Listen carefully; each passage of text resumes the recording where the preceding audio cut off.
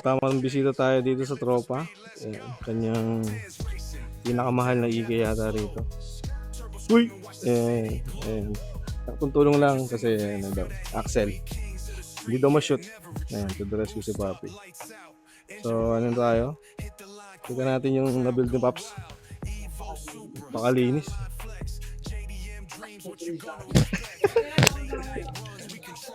Parang ano eh, mahihiya yung mga B20 namin dito. Bakit ako na yan? Okay na yung ano?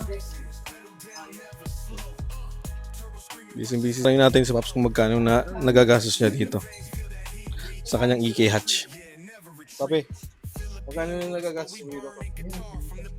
Siguro mga 80 plus na to 90. 80 Mahal eh. Ang pesa, lalo spoon. Real? Oh, real. Hirap. Gastos. So, ayan. Ito na yan. Oh.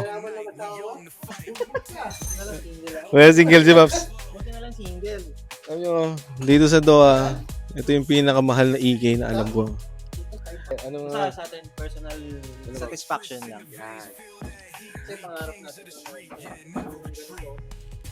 Yung bata Ang tagal din inaabot. mga ilang taon, Paps? Simula nung binaklas ko ground up hanggang ngayon, 4 years na. 4 years in the 4 making. years na.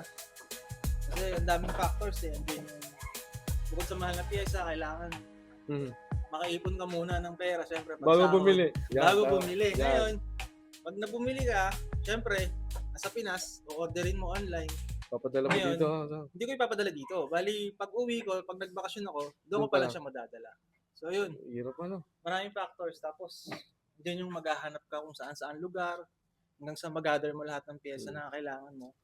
Tapos, yun. Tsaka ako palang dadalhin dito pag nagbakasyon ako. So, Papi, yung mga pyesa mo dito, sigurado ano?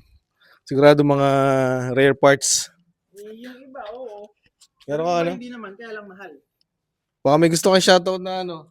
Shout out dito sa katulong ko kay Yan. Donnie Jose. Ano ba yung page niya? Don Jose? Don Jose. Don Jose TV, yung ba yun? Yung Hindi ko ano eh. Basta Buhay pa ba yun? nagla-like lang ako eh.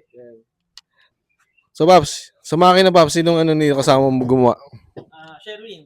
Si Oo, nabili natin SJ. kay SJ Autoworks Plus Speed.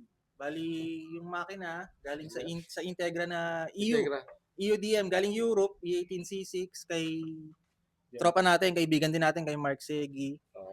Tapos, nung nakuha ko, ayun, nirefresh, tapos kinumpleto yung parts. Ayun, medyo madugo din yung inabot. Alam nyo guys, pag ano to, pag talagang natapos to, babalikan natin si Paps. Ayun naman.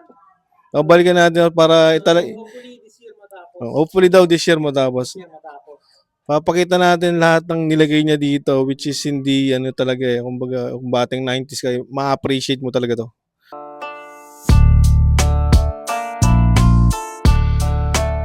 Ito guys, ang kanyang kotse.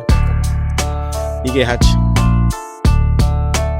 V8NC Type R.